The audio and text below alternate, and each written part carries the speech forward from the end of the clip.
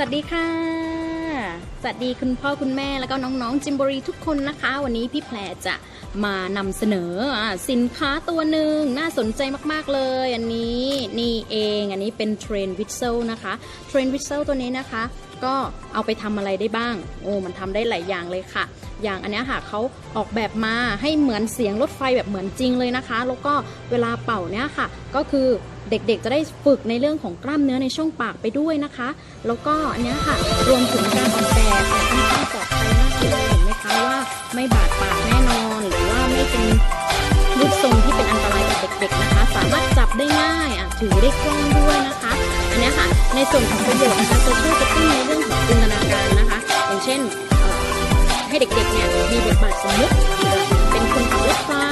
วิ่งไปรอบๆห้องหรืออะไรอย่างเงี้ยนะคะแล้วก็นอกจากนี้ค่ะเด็กๆก็จะได้ฝึกสำรวจในเรื่องของโทนเสียงและเสียงสูงเสียงต่ำของรถไฟเนี่ยว่าสามารถทำเสียงยังไงได้บ้างจากการเป่าตัวเทรนวิทเซลนี้นะคะแล้วก็นอกจากนี้เนี่ยยังช่วยสนับสนุนในเรื่องของ coordination หรือว่าเป็นความสัมพันธ์ระหว่างมือแล้วก็ในเรื่องของปากในการที่จะเราเป่าในการที่จะเป่าลมออกมานะคะแล้วก็นอกจากนี้ยังเป็นตัวช่วยในการ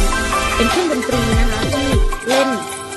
สามารถสร้างดนตรีในเชิงสร้างสรรค์ได้นะคะแล้วก็กิจกรรมนะคะโดยส่วนใหญ่เนี่ยคือเราสามารถนำไปเล่นเพิ่มเติมได้อย่างเช่นให้เด็กๆเนี่ยฝึกกับเพลงที่เขาชอบแล้วให้เขาไปฝึกเป่าคุณพ่อแม่จะสังเกตเห็นได้ว่าเขาจะมีความสนุกสนาน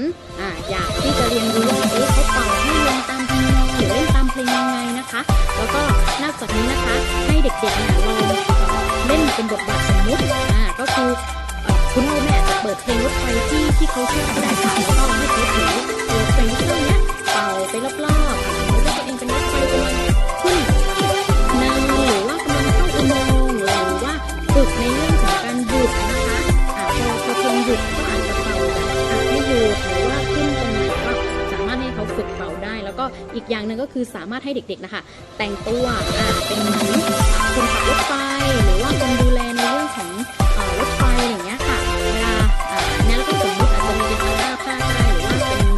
กล่องลังกระดาษลังใหญ่ๆนะคะให้เด็กๆเข้าไปข้างในถ้าเขามีเพื่อนๆก็สามารถพาเพื่อนๆเข้าไปได้หรือว่าถ้าเขามี